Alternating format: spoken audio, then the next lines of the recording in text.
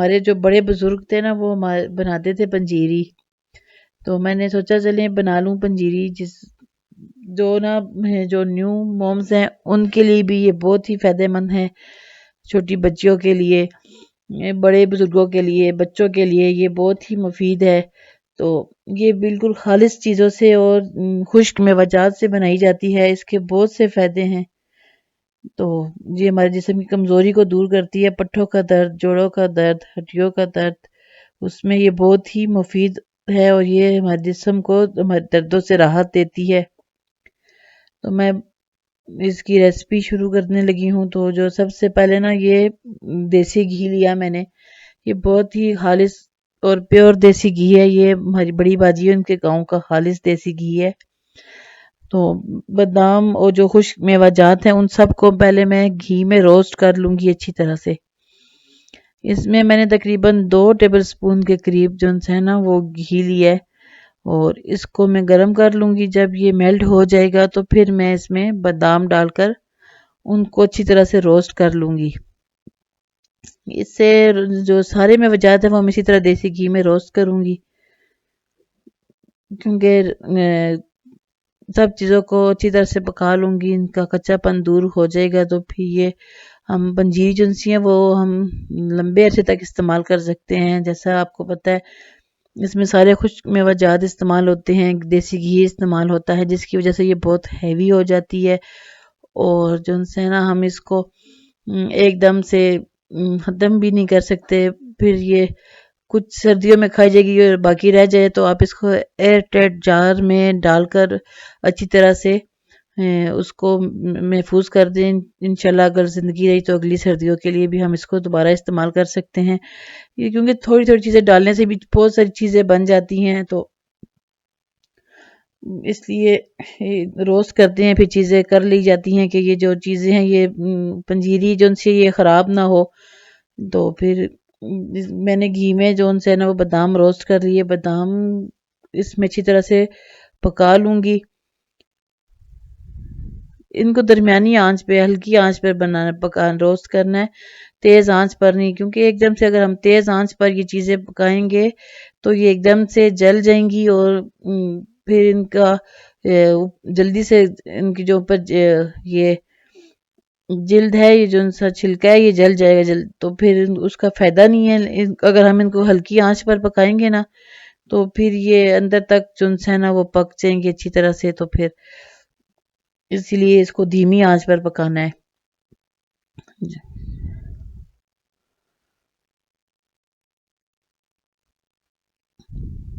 कि हम इस बादामों को अच्छी तरह से पका लेंगे। तो फिर जो है ना इसमें हम शामिल कर देंगे अखरोट। बादामों के बहुत से फायदे हैं। ये जो है ना हमारी सेहत के लिए बहुत ही मुफीद हैं। इसकी बादामों को अगर हम रात को पानी में भिगो कर रखते हैं, 3 बादाम या 7 बादाम, और सुबह उठकर निहार मुंह खा लें उसका छिलका उतार कर, तो उसके भी बहुत से बेनिफिट हैं। बादाम जो है ना उससे कब्ज दूर होती है बादामों के इस्तेमाल से। बादाम शुगर की बीमारी में भी बहुत मुफीद हैं, फायदेमंद हैं। तो बादाम जो है खाने से हम दिमागी हमारी कमजोरी है वो दूर होती है। जो है अमराज़े कल्ब और खून की कमी को भी ये दूर करते हैं। जो है इसमें ये देखिए मैंने अखरोट जो है, बादाम तो मैं बादामों की गिरी लाई थी, तो वो 1.5 पाव के करीब थे बादाम।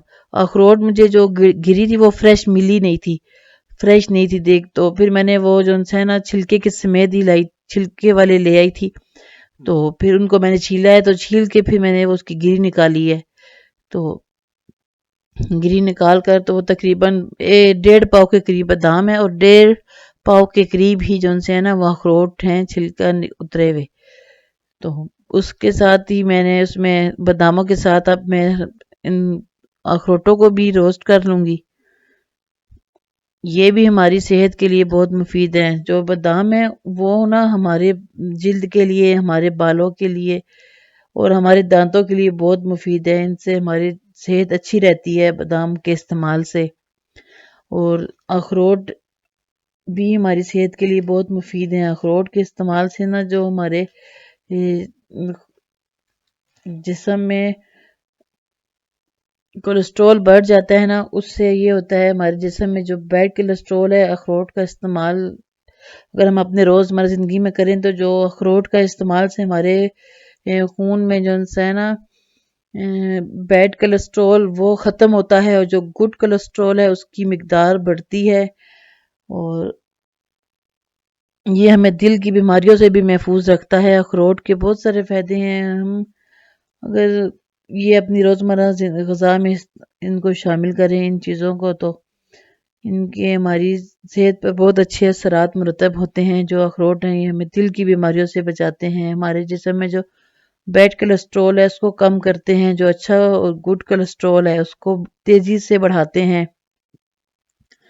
तो अब ये देखिए, उसके बाद मैंने मेवा भी इसमें मैंने मेवे को भी रोस्ट कर लिया था। जो किशमिश है, इसको किशमिश भी बोलते हैं। अंगूर, ये अंगूरों से ख़ास तरीके से बनाई जाती है। पहले मैंने इसको साफ कपड़े पे डालकर अच्छी तरह से साफ किया। फिर जो इसके साथ डंडियां होती हैं ना छोटी छोटी, वो भी मैंने इससे इसकी उतार ली थी।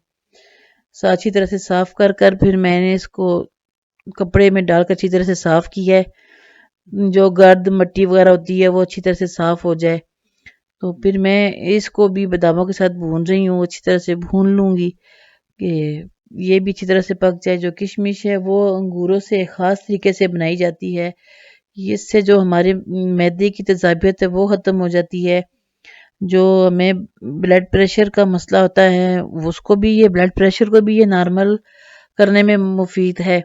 ये हमारी आंखों की बहुत सी बीमारियों में मुफीद है। ये हमें आंखों की बीमारियों से बचाती है। तो अब वो चीज़ें मैंने कढ़ाई में रोस्ट कर कर उनको निकाल लिया था कि फिर वो अगर मैं इनमें मज़ीद चीज़ें शामिल करती जाऊँगी तो फिर वो जो बादाम, अखरोट और जो मेवा है फिर वो बहुत ज़्यादा पक जाएगा। तो इसलिए मुझे इतना नहीं पकाना था उनको, जितना मुझे ज़रूरत थी मैंने उनको पका लिया। इतना कि उनका कच्चा वो थोड़ी देर उनको घी में पका लिया था। तो ये देखिए, ये है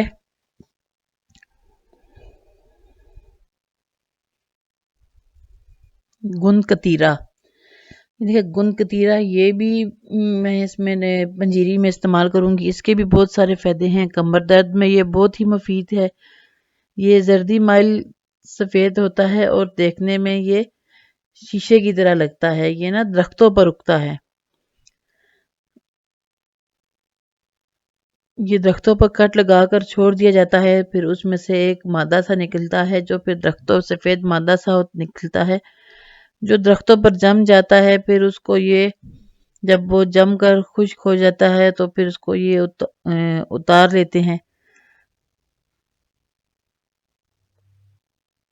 दरख्तों पर कट लगाते हैं तो उसके कुछ देर बाद उसमें से गाढ़ा स्याल मादा निकलता है और उस और खुद ब खुद वो जम जाता है दरख्तों पर ही।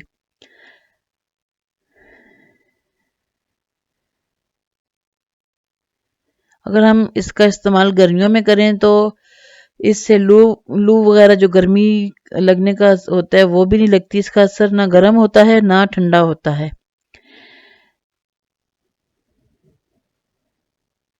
इसको जो गुंद कतीरा है इसको मेडिसिन में भी इस्तेमाल किया जाता है। इससे सीने और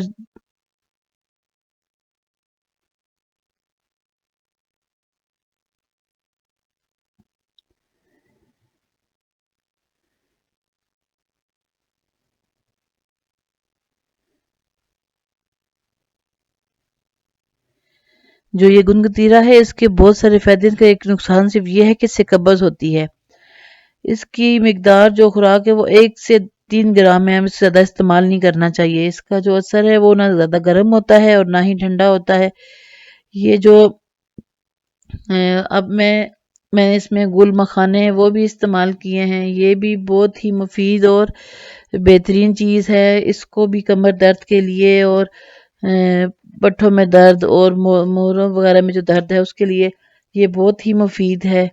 इसका इस्तेमाल ना ये इंडिया में पाए जाते हैं और ये पंजीरी में भी इस्तेमाल होते हैं। ये इनके इस्तेमाल से चेहरे में जो झुर्रियाँ ख़त्म हो जाती हैं, थकन नहीं होती और जो ये इसको अगर हम ना इस तरह पंजीरी में, तो मैं अभी इसको इस्तेमाल कर रही हूँ, लेकिन अगर हम इसको लेकर और गर्म दूध में इसको भिगोकर रखते हैं तो फिर ये फूल जाता है, और हम इसको चमचे के साथ इस्तेमाल करें तो तब भी ये बहुत ही मुफीद है सेहत के लिए। ये बहुत कम, ज़्यादातर इंडिया में पाया जाता है। ये इसकी इंडिया से ये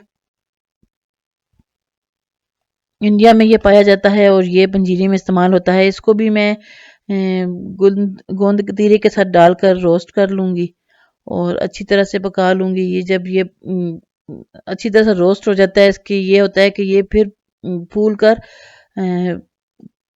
जिस तरह से वो क्रिस्पी सा हो जाता है, हाथ में दबा कर इसको देखे दब कर ये जिस तरह क्रिस्पी सा हो जाता है, उसको दबाएं तो ये टूट जाता है। बहुत ही फायदेमंद है ये। इसको भी पंजीरी में इस्तेमाल मैंने किया था। तो अब मैंने उनको गुंद कतीरा और कुल मखाने भून कर मैंने उनको निकाल लिया है। फिर मैंने कढ़ाई रखी है और उसमें मैं देसी घी इस्तेमाल डालूंगी, और देसी घी में जो फिर बाकी की चीजें हैं फिर वो भी मैं इसमें रोस्ट कर लूंगी।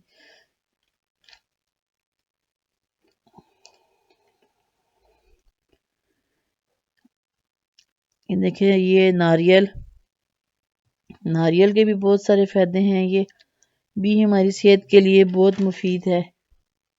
कोकोनट जो सा ये मर्दों और औरतों और बच्चों के लिए यकसा मुफीद है। नारियल में फाइबर्स की वाफर मकदार पाई जाती है जो निज़ाम हमारे हजमे के निज़ाम को बेहतर करता है। नारियल जो है वो ड्राई फ्रूट में सबसे ज़्यादा इस्तेमाल होने वाला ड्राई फ्रूट है। नारियल के मुसलसल इस्तेमाल से कब्ज़ जैसी मुज़िब मर्ज से भी छुटकारा मिल जाता है। नारियल के मुसलसल इस्तेमाल से शुगर जैसी बीमारियों में मुब्तला होने का खतरा कम हो जाता है। नारियल खाने से शुगर कंट्रोल में रहता है।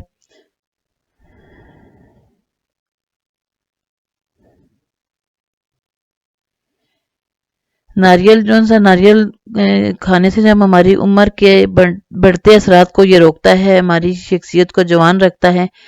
नारियल का मुसलसल इस्तेमाल वजन कम करने में भी मदद देता है। नारियल से पानी की कमी नहीं होती।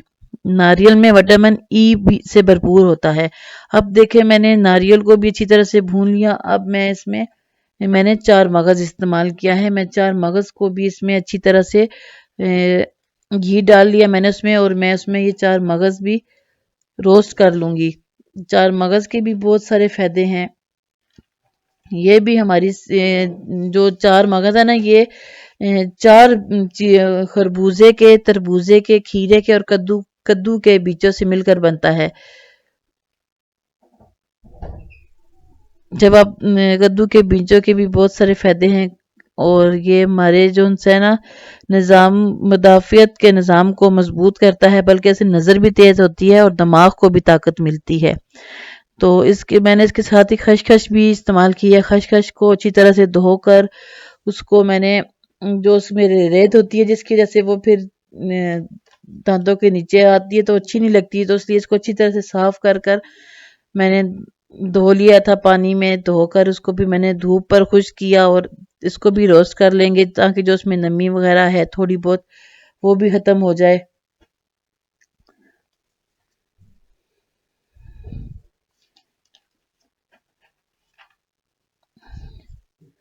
खसखस को भी अच्छी तरह से भून लेंगे।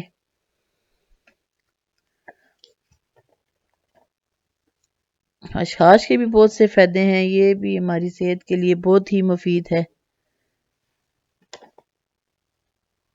इसमें मैंने तिल भी इस्तेमाल किए थे, सफ़ेद तिल।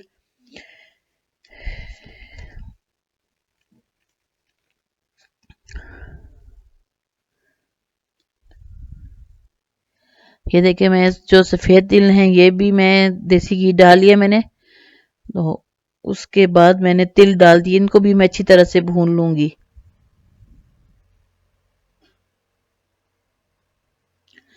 जो तिल हैं वो 2 तरह के होते हैं, सफ़ेद और काले। तो मैं सफ़ेद तिल इस्तेमाल कर रही हूँ। तिलों में ना दूध से ज़्यादा प्रोटीन होती है, और तिलों में गोश्त जितनी प्रोटीन होती है, इससे हमारा हाफजा तेज होता है।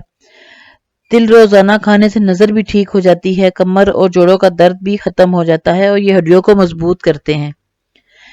तिलों में भी बहुत सारे फायदे हैं। अल्लाह पाक ने जितनी भी नेमतें हमें अता की हैं, अगर हम उनका शुक्र अदा करें, जितना भी शुक्र अदा करें तो वो कम है। तो जो तिल हैं वो भी मैंने इसमें इस्तेमाल किए हैं। यानी कि ये पूरी ग़िज़ाइयत से भरपूर है और एक ताकत वाली ग़िज़ा है, जिसको अगर हम सुबह निहार मुँह खा लें ना, एक लड्डू दूध के साथ या चाय के साथ, तो वो हमारी सेहत पे उसके बहुत अच्छे असरात मुरतब होते हैं। खास करके दूध पिलाने वाली माँओं के लिए, जो न्यू मॉम्स के लिए, छोटी बच्चियों के लिए, छोटे बच्चों और बच्चियों के लिए जिनके हड्डियों में दर्द होता है, टांगों में दर्द होता है। अब ये देखिए, मैंने इसमें मैं जो घर का खालिस आटा है वो भी मैं इसमें शामिल करूंगी और उस आटे को भी मैं अच्छी तरह से भून लूंगी। इसमें आपकी मर्जी है, आप सूजी और मैदा भी इस्तेमाल कर सकते हैं। तो मैं इसमें मैदा या सूजी नहीं इस्तेमाल करूंगी, मैं इसमें घर का खालिस आटा इस्तेमाल करूंगी। गंदम का खालिस, हमारी घर की गंदम होती है तो उसकी वजह से जो आटा, वो सुर्ख आटा जो सा होता है, जिसको फाइन आटा बोलते हैं, उस वो वाला आटा मैंने इस्तेमाल किया। उसको भी मैं अच्छी तरह से घी डालकर ना, आटे को भी अच्छी तरह से रोस्ट कर लूंगी, इसमें अच्छी तरह से पका लूंगी। ये उसकी भुनी भुनी सी खुशबू बहुत प्यारी सी जब खुशबू आने लगे तो फिर आप समझ लें कि आटा भुन गया है। तो मैं आटे को अच्छी तरह से भून लूंगी। देखिए, भून रही हूँ मैं आटे को अच्छी तरह से। जब ये आटा अच्छी तरह से भुन जाएगा तो फिर इसको भी मैं कढ़ाई में से निकाल कर, तो फिर जो आगे का मतलब कि वो चीज़ें सारी उनको ठंडी हो जाएंगी। जब सब चीज़ें खुश्क मेवे ठंडे हो जाएंगे तो फिर मैं उनको ग्राइंडर में बारीक फाइन पीस लूंगी। उसमें मैंने गुड़ भी इस्तेमाल किया है। लड्डू बनाकर रख लेते हैं इसको, तो फिर पूरा या छोटे छोटे लड्डू बनाएं ताकि एक लड्डू आसानी से खाया जा सके। ये बहुत हैवी होते हैं तो इसलिए इतना खाया नहीं जाता। तो देखिए, आटा मैंने अच्छी तरह से भून लिया है। ये सब चीज़ें जो सी मैंने पहले भून ली थी, इन सबको ये तकरीबन ठंडी हो चुकी हैं। तो इन सब को ना ग्राइंडर में बारीक फाइन पीस लेना है। देखें, साथ साथ पीसते जा रहे हैं हम। तो इनको पीसते जा रही हैं। ये तिल वगैरह, खोपरा, ये बादाम, अखरोट और ये सारे रोस्ट किए हुए, इनको मैंने अच्छी तरह से रोस्ट कर लिया, ठंडा कर कर। अब ये जो सा है ना आटा, ये भी मैंने भून भून रही हूँ अच्छी तरह से। जब ये भून जाएगा तो उसकी बहुत ही प्यारी और खुशबू फिर आना शुरू हो जाती है। आटा जब भुनने के अच्छी तरह से आटा भुन जाता है और पक जाता है तो उसकी बहुत प्यारी खुशबू आती है, बहुत प्यारी।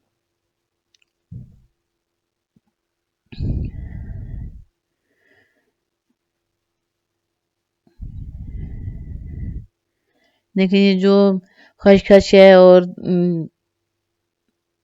तिल हैं, ये सारी चीज़ें, चार मगज़, इनमें भी साथ साथ चमचा चला रही हूँ ताकि इनमें से जो गर्माइश है वो ख़त्म हो जाए और ये जल्दी से ठंडे हो जाएं, ताकि इनको हम फिर पीस लेंगे। देखिए, मैंने गुड़ को ना, इसको साफ कपड़े में डाल कर ना, उसको मैंने ऊपर से ना इसको क्रश कर लिया था मैंने, और फिर इसको ग्राइंडर में डालकर बारीक पीस लिया था। शक्कर आप आपकी मर्जी है, आप शक्कर भी इस्तेमाल कर सकते हैं, चीनी भी इस्तेमाल कर सकते हैं। मैंने इसमें गुड़ इस्तेमाल किया है।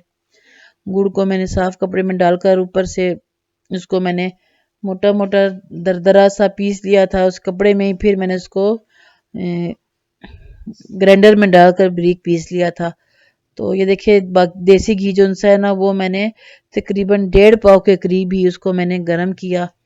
तो इसमें मैं शामिल करूंगी सारी चीज़ें। मैं मिक्स कर रही हूँ, सारी चीज़ों को मैंने ग्राइंड कर ली है और साथ साथ ग्राइंड करती जा रही हूँ, साथ साथ मिक्स करती जा रही हूँ।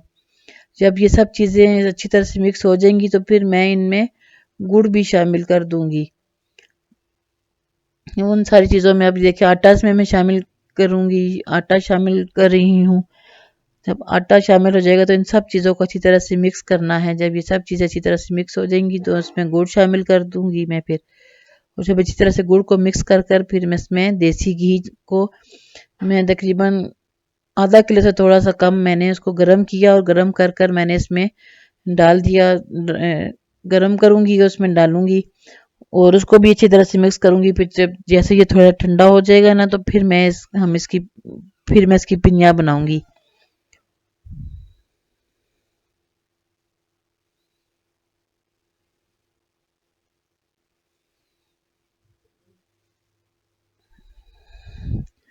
अच्छी तरह से मिक्स कर लेना है इसको।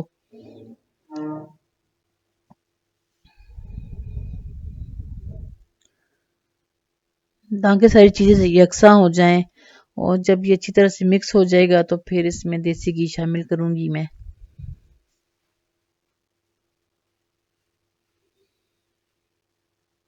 मेवा जो है उसको आप बेशक ग्राइंड ना करें। वो अगर वैसे ही जो किशमिश है ना वो वैसे ही अगर मुंह में आएगा तो उसका बहुत ही मज़े का लगता है। ये किशमिश दो तरह के होते हैं और एक छोटी वाली और एक बड़े वाली। जो बड़े वाली होती है वो थोड़ी खट्टी सी होती है, खटास होती है उसमें। जो छोटी वाली होती है वो मीठी होती है। जो बड़ी वाली है हम उसको जिस तरह खीर वगैरह बनाने में हम इस्तेमाल करते हैं और जिस तरह खाने के लिए अगर किशमिश बच्चों को इसको मुनक्का भी बोलते हैं।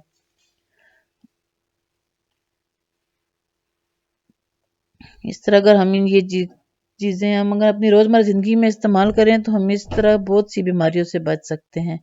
मैंने बादाम और जो नारियल और जो अखरोट थे उनको भी मैंने ग्राइंड कर लिया है, उसमें ग्राइंडर में पीस लिया है।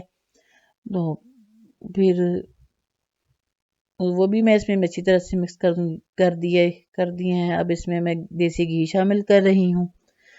देसी घी भी तकरीबन मैंने 1.5 पाव से ज़्यादा ही तकरीबन आधा किलो के करीब मैंने इसमें शामिल किया है। अब इसमें देसी घी शामिल कर कर इसको अच्छी तरह से मैं मिक्स करूंगी क्योंकि फिर जब ये घी सब में यकसा मिक्स हो जाएगा तो फिर जब मैं लड्डू बनाऊंगी तो वो ज़रा आसानी से बन जाएंगे। आपकी मर्जी है, आप अगर लड्डू ना भी बना के रखना चाहें तो आप इस तरह चमचे के साथ भी खा सकते हैं। तो ज़रा लड्डू बनाने से ये होता है कि अच्छे लगते हैं देखने में लड्डू भी। तो वो आपकी मर्जी है, आप चाहें तो लड्डू बनाकर रखें, चाहे तो आप इसको इसी तरह भी चमचे के साथ भी इस तरह खा सकते हैं।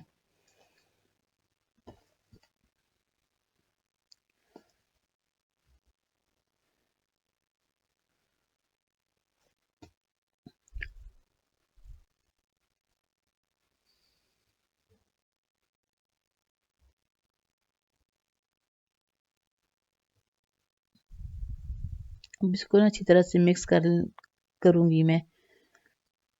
देसी घी शामिल कर दिया ना, इसको अच्छी तरह से मिक्स कर लेना है।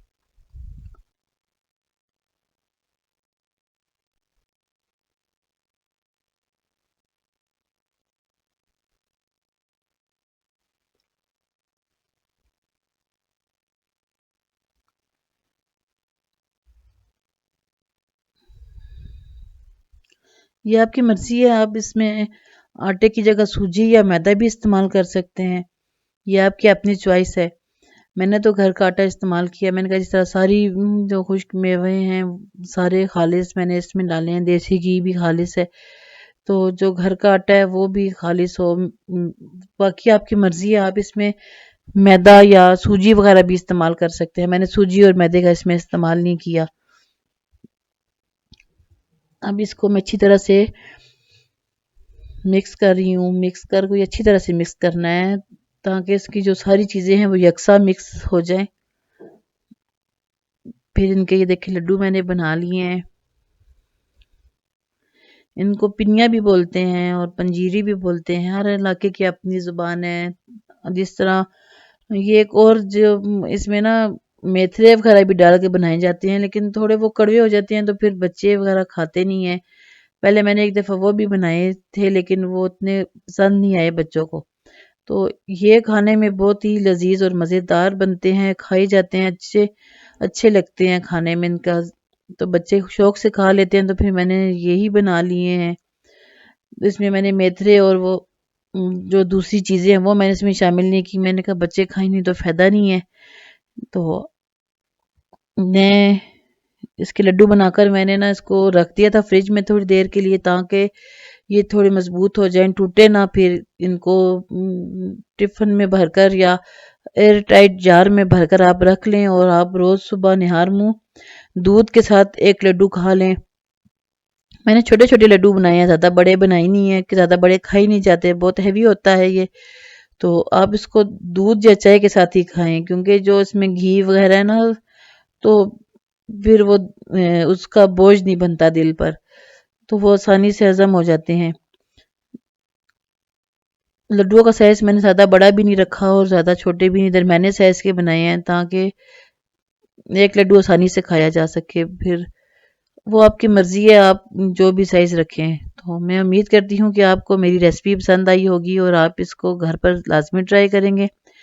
अगर तो आपको मेरी रेसिपी पसंद आए तो मुझे लाइक और शेयर कीजिएगा और मेरे चैनल को सब्सक्राइब कीजिएगा और मुझे अपनी दुआओं में याद रखिएगा।